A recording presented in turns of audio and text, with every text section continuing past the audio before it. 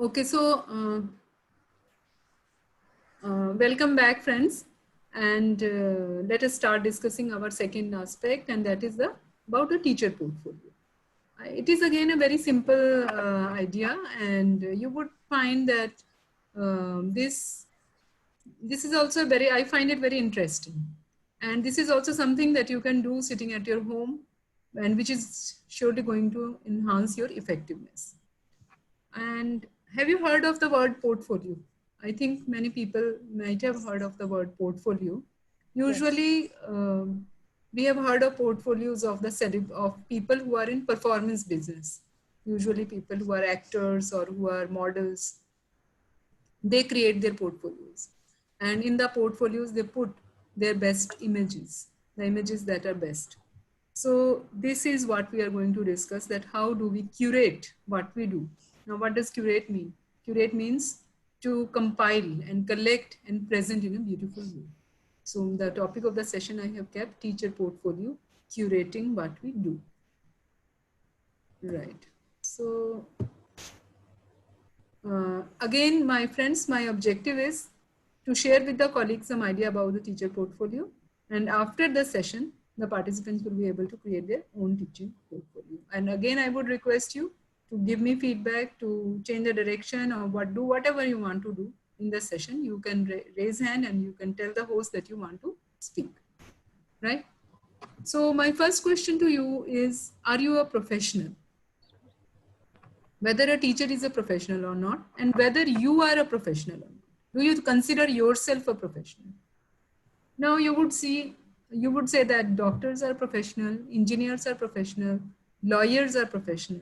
But in the same way, are teachers also professional? Teachers should be professional. Now, what is the opposite of professional? The opposite of professional is amateur. Amateur, the Hindi word of amateur is shaukiya. Whether you do teaching in a professional way or whether you do teaching in an amateur or shaukiya way. So you have to decide about if you are a professional teacher or not, and what is the difference between a professional teacher and an amateur teacher. One difference is the professional person takes pride in his profession, in his or her profession. And they are very well versed with different aspects of the profession, and they see their profession in a big picture, in an overview, in an overarching view, and not as a very small thing, as a very reduced role, not as a minimalist reduced role of going to the classroom and coming out of the classroom. It's not a true professional who sees his role in that way. And a professional is a professional 24 hours. A teacher is a teacher 24 hours. We are like a clerk or somebody who is in a very non-teaching kind of profession, non-teaching work. For example, a person crunching numbers or some clerk. A clerk is a clerk only till he's in the office, till 5 o'clock. And after 5 o'clock, he has other identities. He is not professional. But a teacher is a professional all the time. So when you are a professional, we must understand that there are certain aspects of being a professional and how can we become a professional teacher. As I said, a professional teacher takes pride in his or her profession, and he is also ready to do certain things which go beyond our immediate and small call of duty. If I ask you a question, for example, now API is there. If you want to show what you have done, you can show them in the API. But just remember the API form. What is there in the API form? All it talks about is research papers about professional development, in how you have, what you have done in your, whether you have attended conferences and meetings and seminars or not, and whether you have written research papers and all the project works, all the things that is related to research. So if I ask you, how do you show your expertise in research? You show your expertise in research by writing research papers. And if somebody asks you what is your area, what you have done in research, you have a list, you have a ready-made list, and you can show that, look, these are the papers, these are the journals in which I have published, and this is my project, I have got so much funding, and this is the research project that I have done. You have things to show. Let me ask you about your biodata. What is written in your biodata? In your biodata also, you have written most of the things about research. But if I ask you, how do you show your expertise in teaching? What is there for you to show? Do you have something to show me? How do I know what you have been doing in teaching? Except you will tell that I have taken so many classes. But even that things we do not have much evidences of, because we don't collect the evidences of teaching. We think that it's a natural thing that we are going to the classroom and teaching.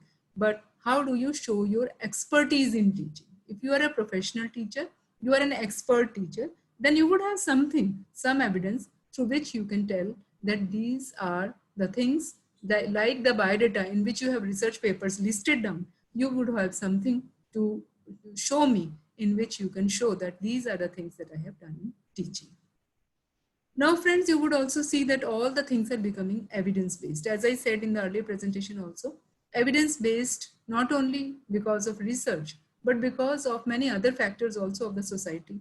For example, society is asking for more and more evidences, for more and more credentials, so that they can give us grant, they can give us salary. When the management gives us salary, when the government gives us salary, when the society says that, oh, these teachers, they are being paid so much, what are the things they do? So we have these ranking institutions, they come and rank and they ask us what you have done, what you have done. So we have to show them something. So in addition to your expertise in research, what you can show them is your teaching portfolio. Now, what is a teaching portfolio? It's a collection of documents which showcases how you have developed as a teacher. It provides a record of how we assess ourselves, that how we improve our teaching. I would come to what is the material aspect, the basic aspect of it, and then I will come to the philosophy of how can we actually create portfolio. If we have not done anything, then we will have no portfolio. If you have done no research, you will have nothing to show your research. If you have not written even a single paper, how can you provide how can you show that you have expertise in research? Similarly, if you have done no teaching, then you will have no teaching portfolio to show. So therefore, you must have some work. Now you would say it is not possible that we have not taught for all these years. We have been taking classes, but is taking classes teaching? This is my question, and you can ponder over it. You can think over it. What is teaching? Is classroom taking classes teaching? Now, why do we need to create a portfolio? As I said, we need to create a portfolio for ranking agencies, because nowadays when NAC or other ranking agencies come, they ask specifically for teacher portfolios. And if the institute has a tradition of creating teacher portfolios, it is considered to be a very positive thing and a good thing. And therefore, some institutions are now actually working on this, and they ask their teachers to create teacher portfolios. And again, as I said, we need to show our teacher portfolios to our stakeholders, to people who give money, management, parents, society, everybody who wants for some witness. Then for our own institute, for record documents, for display, for plan something, to execute something. For our institute also, we need to create teacher portfolio. But the best reason to have a teacher portfolio is for ourselves. What is it going to us? Why do we need to create it? For our own benefit, and I'll come to it. When we create a teacher portfolio, it helps us to develop, clarify, and reflect on our own teaching, on our philosophy, methods, and approaches. It presents teaching credential for promotion. Of course, in a API also there is a form in which you are asked about teaching, but in that teaching you are asked about how many classes you have taken, and for evidences what we put there is the timetable. We just put the timetable, we put the in which there is the time, this is the class which we have to take, which class we have to teach, and which time, which dates and times are there. Nothing else. But we can here tell, and it helps in a record for the promotion purpose also. It documents and records our work. It makes us aware of the scopes and opportunities. It gives us an overview of what we have been doing. I think somebody said, a big philosopher has said, I don't remember who has said this, that an unexamined life is not worth living. Now, what is an unexamined life? An unexamined life is like living like an animal in which you do not pause and reflect upon what you have been doing. I think everybody is talking about this rest, this pause, this break from our daily routine, daily humdrum, in which we have been given, we have got enough time to think and to think, and we have been forced to think about what we have been doing. And when we think of what we have been doing all these years, I think this document, this roadmap, gives you a picture, a visual thing of what you have been doing and what are the things that you can do. So it gives us a roadmap for further directions. It tells us in which direction we should take our teaching. And also it instills a confidence in our professional development. It tells us that what I have been doing for the last 10 years or the last 5 years and what I will do in my next 10 years. And in this way, it helps. By the end of your life, you will have something considerable to look back on, and you will not be empty handed and think that, oh, for all these years, I have only gone to the classroom and got my salary, but nothing else I have produced. So it is a document, a witness, an evidence of your own, of the things that you have done. And you do things, you do many things. We will come to that. What is its form? Now, our teaching portfolio, as I said, portfolio is a kind of file. It can be a hardbound file, it can be a PowerPoint presentation, it can be a brochure. It can be done in an attractive way, anyway. But first start with having a file. Having a file in which you put things which are related to your teaching. But in a teaching portfolio, there are certain specific things, but you can also customize your teacher portfolio and make different things to, and put different things in it. Teacher portfolio, these are the things that are there. First of all, there is a resume teaching. I will come to it one by one. And what does it mean to have, for example, first we have a resume. A resume is a biodata. Do you have a biodata? I think all teachers have some kind of a biodata made, which is, and we do not care very much. I think teachers are, with exceptions, I think some of the teachers are really particular and meticulous about their biodata, but most of the teachers don't even bother to actually have a good biodata. A biodata again is a list of our achievements, what we have done, what are our qualifications, what are our experiences, and what are the things. So these achievements and awards, we have to, many institutes are there who actually insist that all the biodatas of the teachers would be put on the websites. It is a good practice because even people from outside or other places, they can look into what kind of teachers this institute has. So these biodatas can be put on the websites also for easy reference. But you must have a brief biodata. First of all, the first thing that you put in the teacher portfolio is a brief biodata with your qualification and with your experiences. The second is your teaching philosophy. Now, let me ask you, do you have a teaching philosophy? What informs your teaching?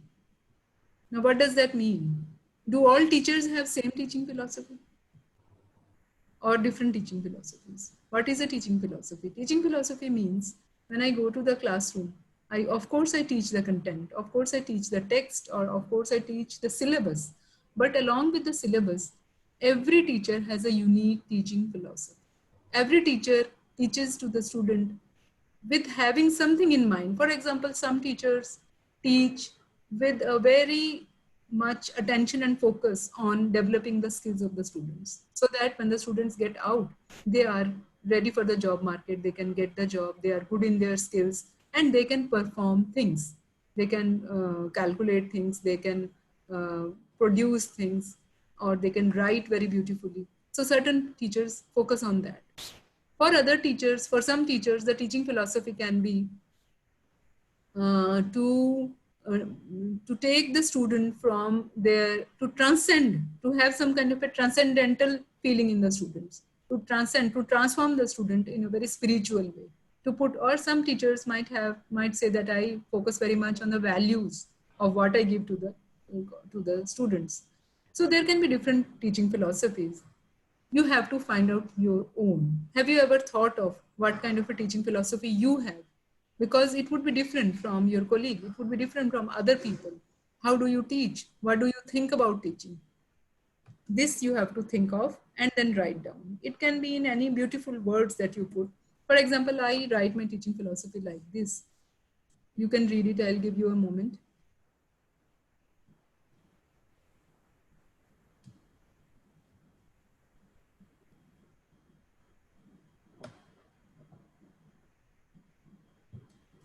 Very nice.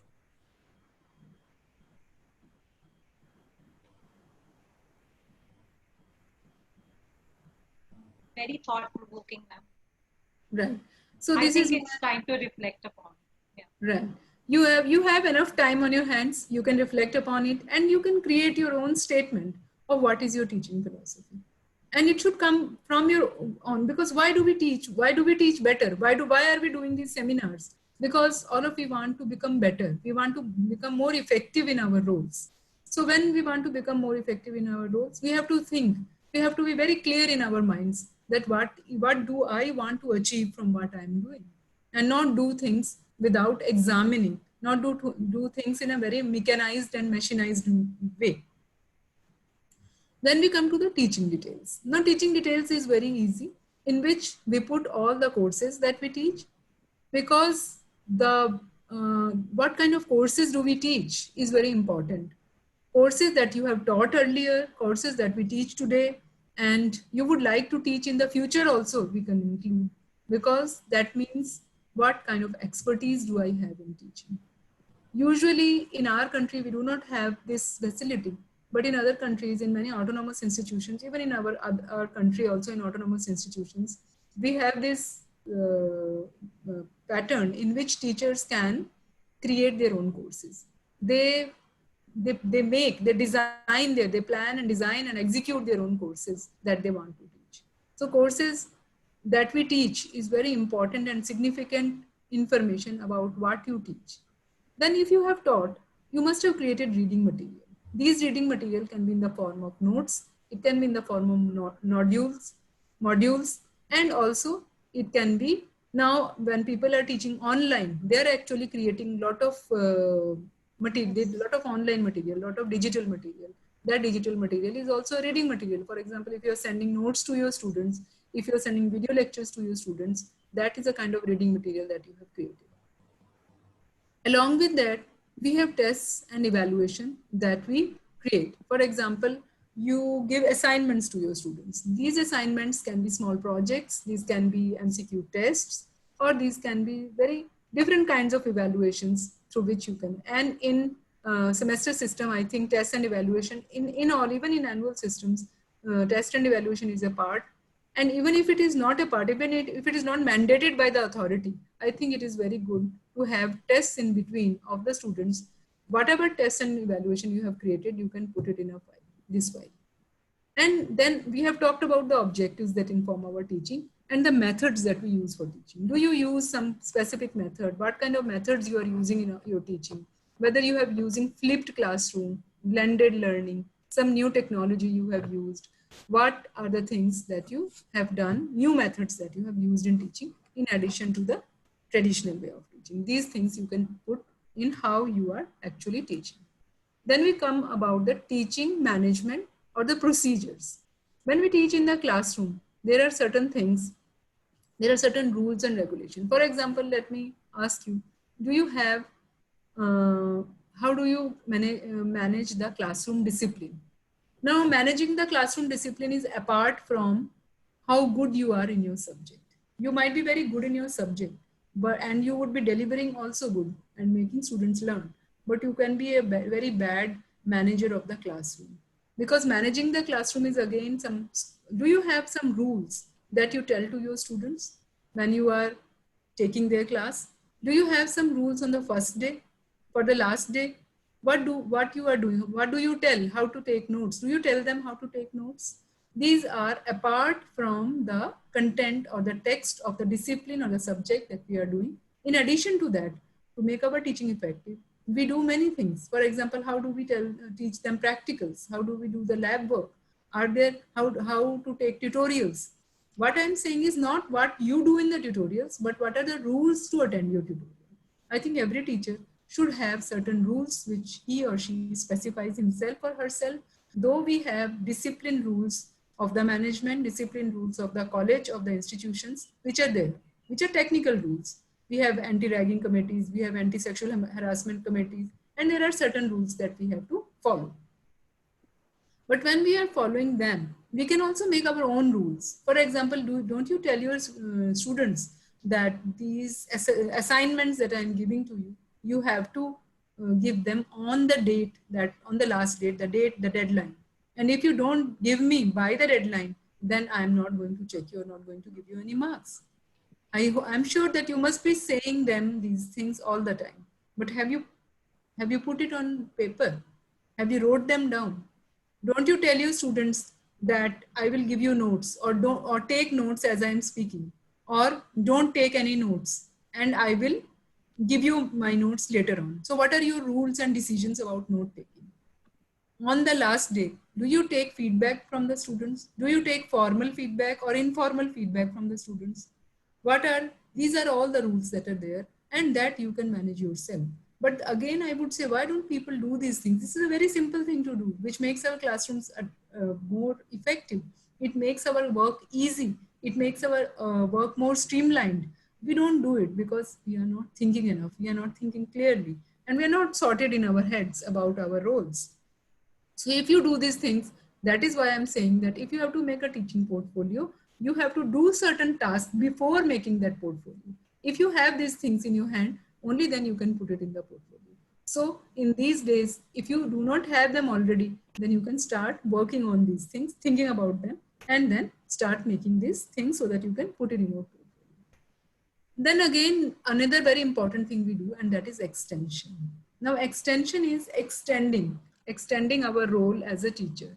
And every teacher should be a public professional, public professor. Public professor means in our society, teachers have a very important role to play. Teachers are looked towards as leaders in smaller places, or even in the locality, in the community where you live. Everybody looks up to you for guidance, for some kind of a leadership.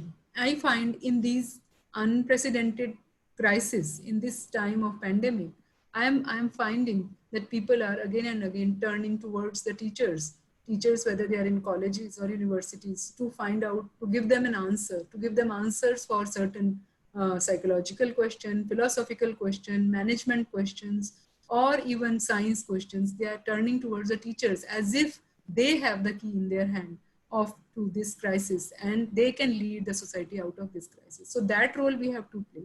Have you been a public professor? If not, then today is the day when you start becoming a public professor. You can write. First thing is, what are the powers and we have. If I ask people that whether a teacher is a powerful person or not, in our society, the status of a teacher is not that of a powerful person. Politicians are powerful, bureaucrats are powerful, gundas are powerful, but not the teachers. They are powerful because they have money, they have positions, they have authorities, or they have the muscle. So all these things make them powerful. What do teachers have? How can they even dare or think of changing the society or making the society better?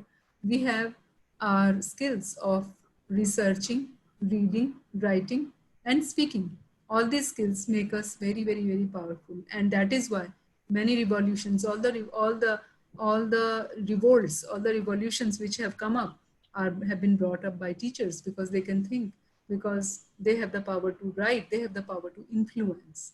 That is why teaching is a very political activity.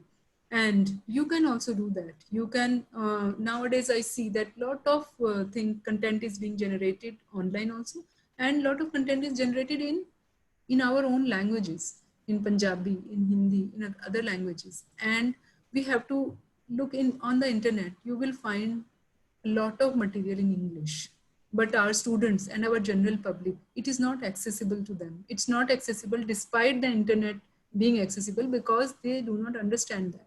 And therefore, I think teachers can take up this role to write things in Hindi or Punjabi, which is very important. And there are newspapers and journals also, which will give you space, because nowadays there are many platforms available. You can also begin your own blog. You can have, I am sure that you would be on social media, but that social media, the identity, your Your identity is not that of a teacher. So make some identities as a teacher on the social media, where you can share your thoughts about, or you can share, you can have platforms in which you can have discussions, group discussions with your colleagues. And that is a part of extension. Extension means whatever we do in our closed doors, in our labs, in our rooms, in our classrooms, whatever we do, the society should also be a beneficiary to all these things. So that we extend our expertise to the society also, and the evidences of all this has to be put under this extension. Then we can also put some references. For example, if there are people who would speak good of you, who know about you, who know about your credentials, and who know that you are a good teacher, so these references you can put here. But they should again be very genuine and authentic, and not something very VIP names should not be put, that just to show that you are good in networking. But they can be even names of colleagues who can vouch for how good a teacher you are. I find that many good teachers put the names of their students also, who can speak for themselves. Another good thing is that we have to take feedback from the students, colleagues, and authorities. Do you take feedback from your students? Because it is not mandated, because because in our universities we do take formal feedback from the students, but it is quite useless, because we first of all say that all the students who do not have 75% attendance, we will not take feedback from them. But I think it is the rest of the 25% who are not coming to the classroom, they give you a feedback by not coming to the classroom. And therefore it is very important that feedback of those students should also be taken, that why they are not coming to the feedback to the classroom. And nowadays I find that the students are very rejoiced. They say that if the teacher is lecturing, we can just leave the meeting, we have the button in our hand, so the control is coming to their hands, and no more, I think it is one way session, and people would also leave you. But what I am, apart from all these things, what I want to tell you is, if you have taken feedback from students, it's a very useful, don't be afraid to take feedback from the students. When you take feedback from the students, and the students also know that it is a genuine thing, genuine, you are asking them genuinely and your intent is good, they will give you very helpful feedback. Sometimes they tell you that, oh, you speak very fast, please speak a little slow, I am not able to follow you. And sometimes they would say that you write on the blackboard very small, or you write very bad. So these are some things which can help you, help us in making our feedback effective. And therefore student feedback, if you get some feedback which is good also, and you are sure to get good feedback, then you can also put them in the file. But then again, to take feedback, there has to be an atmosphere which is quite free and fair, and trust, in the matter of trust is also there. Because if you think that it is only a chore, that it is only a formality, then the students will also give you some kind of feedback which is a formality, which will again nothing new for it, and it would be a wastage of time and effort. Similarly, do you take feedback from colleagues? Which I find is, again, as I said again earlier, that because we do not have great colleagueship, and therefore we hardly take feedback from colleagues. We can ask colleagues to sit in our classrooms and give us their feedback. We can ask colleagues to sit in our online lectures and ask them to give feedbacks. We can also have feedback from the authorities, which I think they give anyway. And then sometimes we also get awards and testimonials, though there are no awards for good teaching, which is very sad that we do not have any awards. In some private universities, I find that there are awards for good teaching, but usually we do not have awards for good teaching. But if you somewhere, you are lauded somewhere as a good teacher, then you can put these things also in your portfolio. But again, this portfolio is not something which you do not put everything in the portfolio. You can, for example, the models, they put only in the portfolio only which is beautiful, in which actually they look good. So similarly, we prepare a portfolio in which our best things are there. Not everything is there, but we have to curate it. I am not again saying that you have to manipulate it. What I am trying to say is, you have to make it so that your best things come up, your teaching expertise come up. And for that, we can put evidences. And without evidence, I think no portfolio is complete. We can put our photographs, documents, if there are press clippings in which you have been mentioned, or even if you have given an online lecture or something, if there are web links, you can also put those evidences into it. Now my question is, what do you do in the college? So what are the roles that you play in the college in addition to a teacher? I would like to give you an exercise just to take a paper and a pen and to write down what are the things that you do. And you will remember a lot many things that we are doing. We usually forget them. We forget that what the things that we do in addition. We think that we go to the college just to teach, but there are a lot many things that we do. Just have a look at this.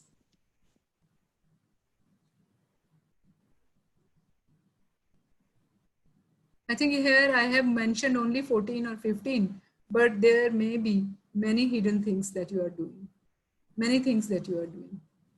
And even in these shutdown times, in these lockdown times, we are still doing things that are needed because we rise to the occasion. Where is the record of what you are doing? Do we care to keep a record? And whether it would matter if we keep a record? How does it matter? I think first of all, our things become, it seems visible. It seems tangible. It becomes tangible of what we do. Days go and we just forget. If we don't note down, if we don't write down, then we forget that what are the things we do. And then it doesn't give us any motivation. It doesn't give us any sense of achievement.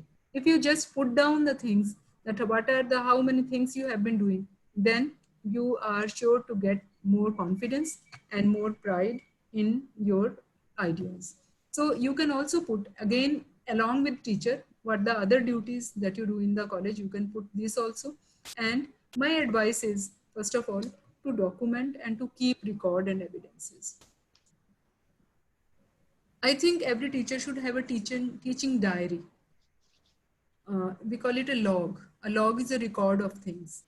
And in that teaching diary, every teacher should take out time to record their ideas about teaching and their experiences about teaching. These experiences should include what are the methods that they have been using and whether those methods is the next method that they have tried.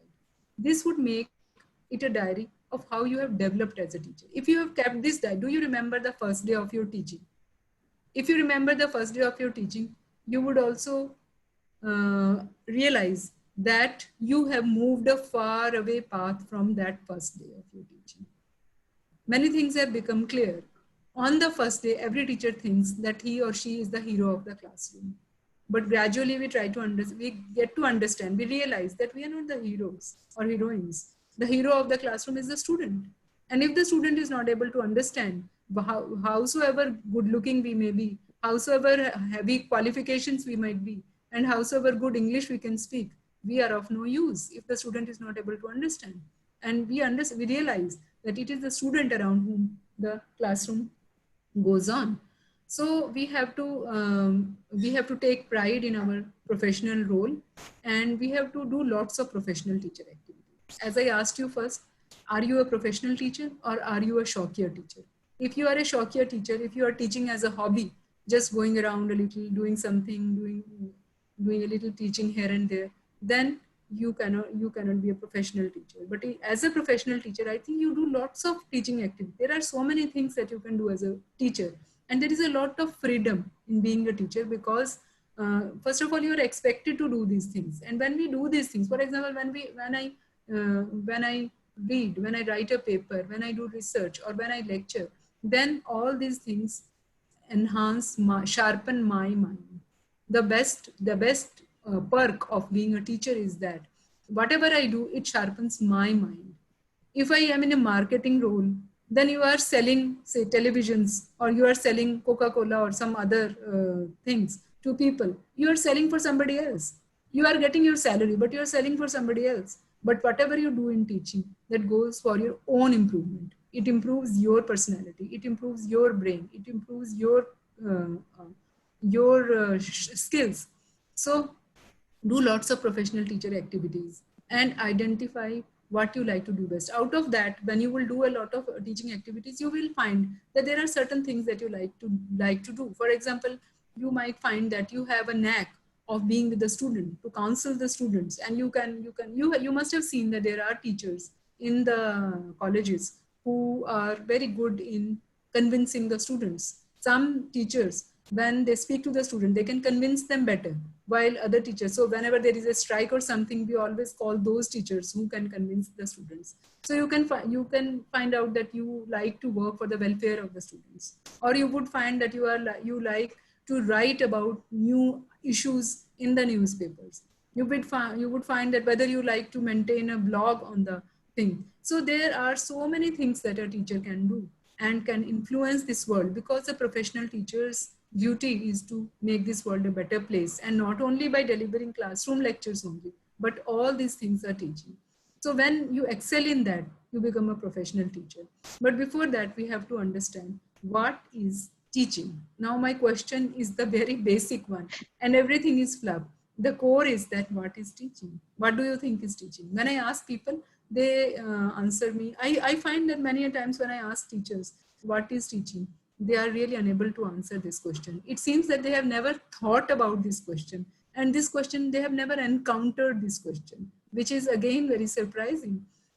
But again, it is not very easy to answer this question, what is teaching? And there are philosophical answers to it, because there are, for example, preaching, is it teaching? Right? And indoctrination, is it teaching? It is not teaching, right? So how do we differentiate ourselves from a preacher or a person who convinces or converts people, to a person who is really a dispeller of the darkness, a teacher? You would find that in Hindi, Punjabi, there are different words for a teacher. There are many words for a teacher. For example, there is this word guru, or adhyapak, shikshak, upadeshak. There are many words for a teacher, and all these words actually relate to different roles. Which role you have taken, and why do we need to teach better? That is again a question. Why do we need to teach better? Do you take pride in your teaching role? Because what is happening nowadays is all our ranking, most of the ranking is done on the basis of research credentials. So even the authorities are more happy to do the research, more happy to encourage the research part. And when you do good research, then you get a name, then you get a professional fame. And if you are a good teacher, nobody gives you that fame. You are happy with your students, and your students remember you. But in your colleagues or in your professional circles, you are not remembered, or you are not preferred, or you are not said that, oh, look, he is a good teacher. I have never heard the Prime Minister congratulating a teacher because he is a good teacher. Right? I have heard that the Prime Minister sometimes calls up cricketers or sports persons or people who have done something good in their field. But I have hardly heard that people call up, or in the society, we get any kind of recognition for being a good teacher.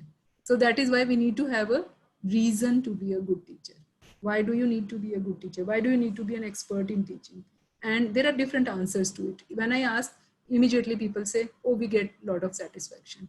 But satisfaction is not, this is not the right answer, because you are today getting satisfaction, but tomorrow you might not get satisfaction. And satisfaction again is depends on factors.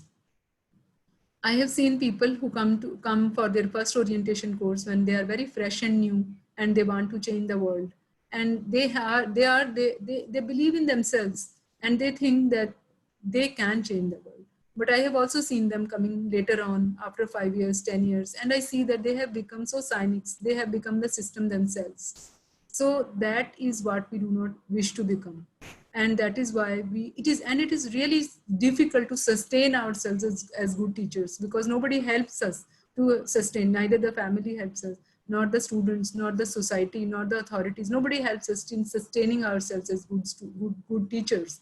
So if you really want to be a professional teacher, you have to have some witnesses for that. You have to have evidences for that. First of all, that you are a good teacher.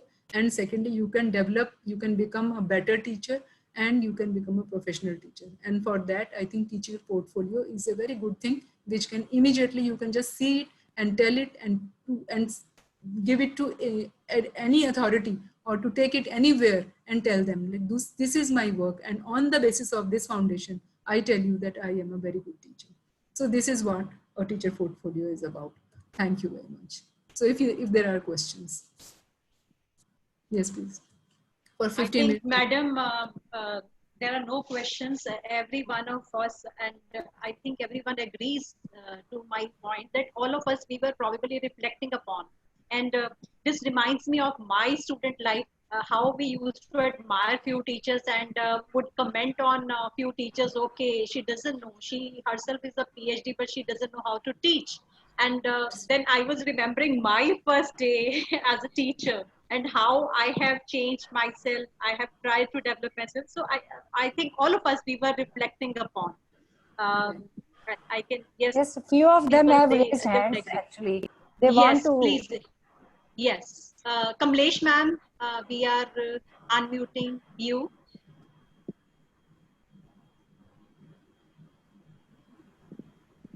Please unmute yourself, madam. Kamlesh ma'am.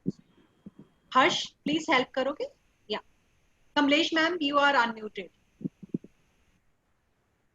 Do you wish to speak, ma'am? Yes. Kamlesh ma'am.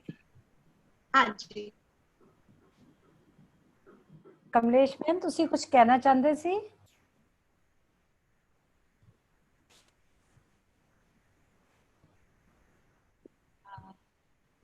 People can give their comments also. Yes, if someone wants to share, you can. We can unmute you if you wish to share anything. Kamlesh ma'am is unmuted, ma'am. Yes, you can share your ideas in any language. Yes, there's Please no be free. Language कोई barrier नहीं है, कुछ भी बोल सकते हैं. What I find is, I think this is the perfect time to bring out your papers and bring out all your documents and start making a teacher portfolio. Even on the, I think on your laptop also you can make. And when you collect, I think it will really give you a sense of achievement. Because when I remember when I made my teacher portfolio, because I have done a lot of things, but I just do things and then I forget. But when I collected them, I found that there are so many things I have already done. And I also found that I could write a book on all the things that I have done. So that was also a collection. These are the revelations that you will get. It will not occur otherwise. If you don't see things in front of you, only then these revelations will happen. So that is why I am asking you, it would be a successful session only if we can start creating our teacher portfolios, though it would be rudimentary now, but maybe you can add on. It will give you an idea of what are the things, how you can grow as a teacher, how you can become you can develop yourself as a teacher. And I think that would be I think that would be the objective that we would like to achieve in this workshop or presentation. Yes. And ma'am, another challenge, what we teachers are feeling, that students, they are becoming very smart now. No? Right. They are tech savvy, and maybe at times they feel they are better than us. They know so much, and if whatever we are teaching, they don't find it interesting, because maybe the course content is not updated. Maybe we are teaching the obsolete content. So we try to make it interesting, but I think all the teachers, they will agree with me that we are having similar problems. Yes, you are right. I think Dr. Spreet, what I have been doing is, look, this online thing has made all of us sit back and understand that what do we teach and what is teaching. I think this is the question. And I see my children's teachers are also teaching online, and sometimes I see that how they are teaching. We are really fumbling with this online thing, because we are still into the traditional mode, and we have not understood that the world has already moved on. World has moved on. And I have known of many people, many students, and I know many students, and you take my word for that, they actually go to the class and then they come back and they listen to video lectures. Yes. They listen to video, they learn from the video lectures. And some of the teachers also, some of the young teachers, one teacher in physics, I can even mention, one of the teacher in physics, he said, I have learned throughout my MSc, I have learned through video lectures. I have never heard what the teacher was saying in the classroom. And I would give you another way of finding out how students, what are the students. We should not lament. I think this is a lament. हमें शिकायत नहीं करनी चाहिए कि हमारे students smart है. I think I find people lamenting this, that our students are very smart. I think we should be happy that our students are smart. So just go to these video lectures, and in these video lectures on YouTube, आप review पे जो नीचे comments होते हैं, just go to those comments. And you will find a feedback and an understanding of what the teachers are teaching in the classroom. Most of the time, students are putting these comments, my teacher does not know how to teach. And they are saying that the way you taught me, I have understood now. जो आपने पढ़ाया वो मुझे समझ आ गया, but जब मेरे teacher ऐसा, और कई बच्चे ये लिख रहे हैं, मेरा टीचर क्यों नहीं ऐसा पढ़ाता जैसे आप पढ़ाते हो. So they are also teaching online. कितना तो इसमें hindrance है. उसके बावजूद अगर वो online ऐसा पढ़ा रहे हैं कि बच्चे को समझ आ रहा है, और बच्चे तो उसमें voluntarily जा रहे हैं ना. So I think there are really tough questions that are there. Yes. And we have to take there. We cannot just be. The things are going to change. You can see what we have been teaching to our students. That knowledge has of no use today in this pandemic. Nobody knows today what has to be done, because we have not taught people problem solving. We have taught people knowledge, which has become obsolete on the first day of the pandemic. Because there was no template available. हम तो वो पढ़ाते रहे ना जो हमें पता था. हमने ये नहीं पढ़ाया कि problem solving और trouble shooting कैसे करनी है. Because that is the real teaching that you have to do. Exactly. चीजें जो वो तो अपने आप ही सीख जाता. So I think we need to understand, and we have to take our teaching roles very, very seriously, and very professionally. Rather, in place of serious, I would say rather professionally, because I find that this professionalism is absent from teachers. Yes, ma'am, Preetam.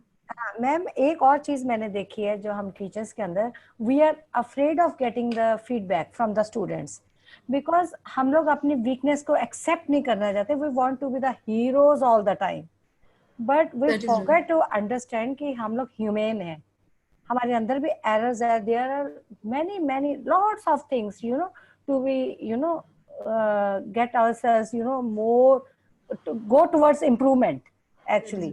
तो होता क्या है, problem क्या आती है कि just as IQAC coordinator जब मैं फीडबैक लेती हूँ तो आई सॉ कि स्टूडेंट्स का माइंड कंडीशन किया जाता है. सब एक्सीलेंट रिमार्क्स दीजिएगा, सब ये दीजिएगा, and I fail to understand why are we afraid of anything else. क्योंकि ट्रबल शूटिंग तो यहीं पे ही हम लोग अपना कर रहे हैं ना, कि अगर हमें कोई चीज बता रहा है कि आपके अंदर वीकनेस है, तब प्रॉब्लम सॉल्विंग का हमारा ये बटन, यू नो, वो हो जाना चाहिए, एक्टिव हो जाना चाहिए. I think that even when we tell students, जैसे हम अगर students को ये कहते हैं कि आप question पूछो, they will not ask questions. They will not ask questions because they have not been trained to ask questions. अब आज एक रात में थोड़ी ना उनको आ जाएगा. जब उन्होंने बचपन से ही क्वेश्चन पूछना नहीं सीखा तो उनको रातों रात नहीं आता. उसी तरह से फीडबैक देना भी जो है वो रातों रात नहीं आता. I find in my orientation programs, when I ask my teachers to give a honest feedback, many people do not know how to give an honest feedback, because there are things which matter in feedback. There are, for example, you should be knowing how to take critical assessment and how to give critical assessment. Both the things you have to learn, and these are things that we need to learn. But have we till PhD, is there one class of critical thinking?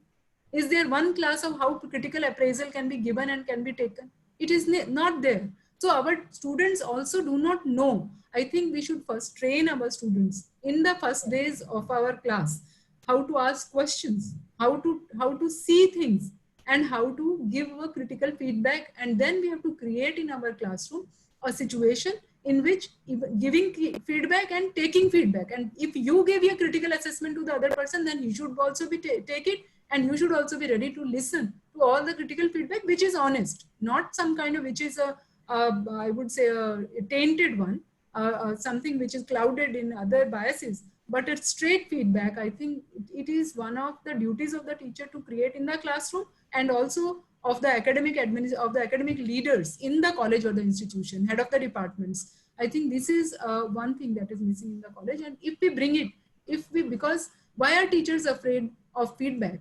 They are afraid because they know that this feedback can also be used in some other way. And there can be some kind of a politics. So that we have to avoid, and we have to create an atmosphere of trust and collaboration. That I think will lead us towards better teaching. Yeah, well said, ma'am. I think many people, Kamlesh, I think, is saying that she is already doing these kind of things in her class. So I think those teachers who are already doing it is very good, and we should encourage these things, because not, you are when you are taking a feedback, you are not only you are also teaching your students to be open to feedback, to take feedback. I think we must remember this, that we are, with our behavior, we also teaching indirectly, we are also telling the students to do these things. And one more statement, ma'am, I want to endorse actually, कि वो मुझे बहुत अच्छा लगा जो आपने कहा है कि when the student is not coming to the class, पहले हमें अपना देखना चाहिए कि why they are not coming. You have to analyze yourself whether our teaching is, you know, कुछ improvement की जरूरत है. तो नहीं तो अगर आपकी teaching होगी अच्छी, तो वो चाहे दिन में एक ही क्लास लगाने के लिए वो definitely आएंगे. And this is my personal experience. Ma'am, we have come for your class only. Please, अब आप हमें गेट पास बनवा दीजिए हमें जाने के लिए, because we want to leave. This is, मैं आज पब्लिकली ये बात अनाउंस कर रही हूँ, और बाकी भी टीचर्स कर रहे, आज शायद करेंगे. सिर्फ ये लिमिटिंग है कि they are not coming, तो उनका फीडबैक नहीं लेना चाहिए. And I always say that क्यों नहीं लेना चाहिए. और आज आपने मेरी बात को वो फिर से and that gives you a lot of confidence also. Yes. What I think is this arrogance is something, look, there are job hazards. I hope you all know of job hazards. For example, somebody who is working in a carpet factory, उसको lungs का problem हो जाता है, because जो रेशे होते हैं वो lungs में चले जाते हैं. So similarly, teachers also have a job hazard. वो job hazard है कि teacher, जब वो teacher बनता है तो वो थोड़े दिनों में arrogant हो जाता है.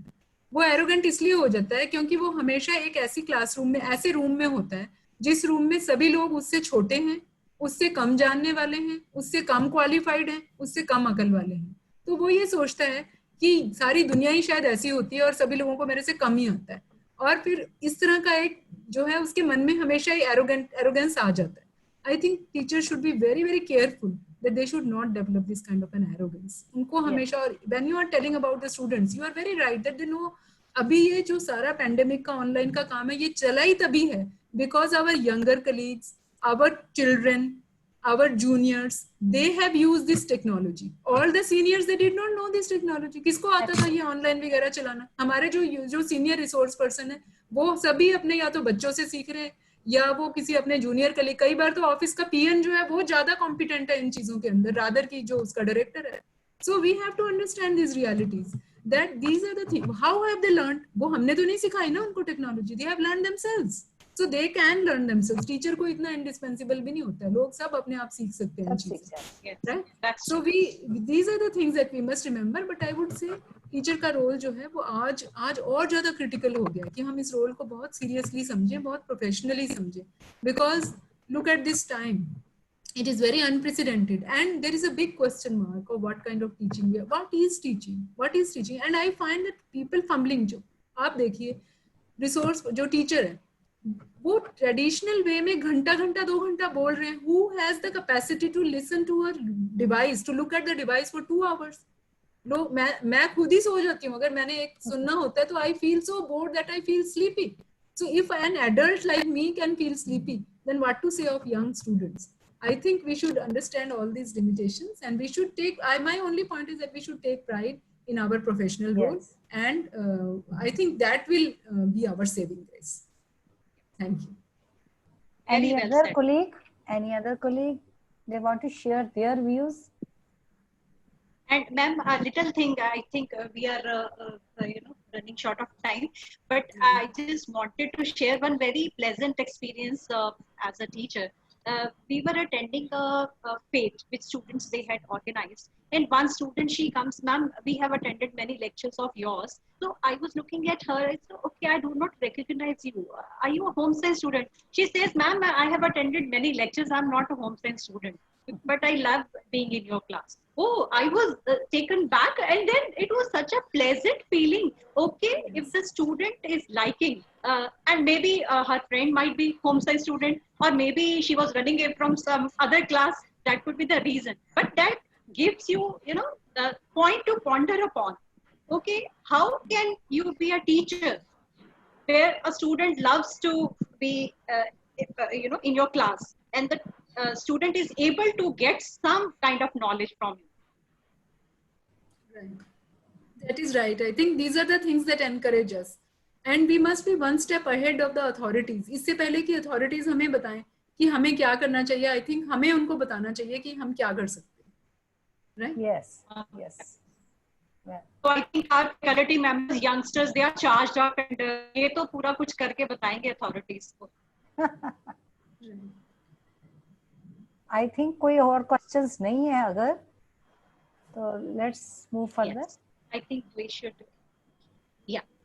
So, Preeta ma'am, I think we should start with the thanks note now. You wish to say anything? Sarita ma'am is ready. Sarita ma'am Yeah. is ready for that. I request Madam Sarita ji to extend vote of thanks.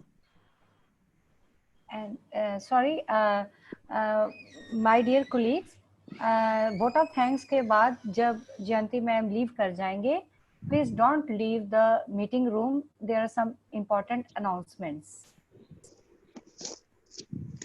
Hello. Yes, you are audible, Sarita ma'am. Okay, thank you, Pritam ji. A very good afternoon to all present. It's my proud privilege to thank Honorable Dr. Jayanti Datta ji, Deputy Director, UGC Human Resource Development Center, Punjab University, Chandigarh. Ma'am, I must say these two sessions with you were very informative and interesting as well. We as teachers always face challenge of peer evaluation of students' performance. And today, ma'am, you have made this task quite easy by explaining an efficient tool of evaluation, that is rubrics. And the beauty of your presentation was its simplicity. The way you explained with the help of examples was really commendable.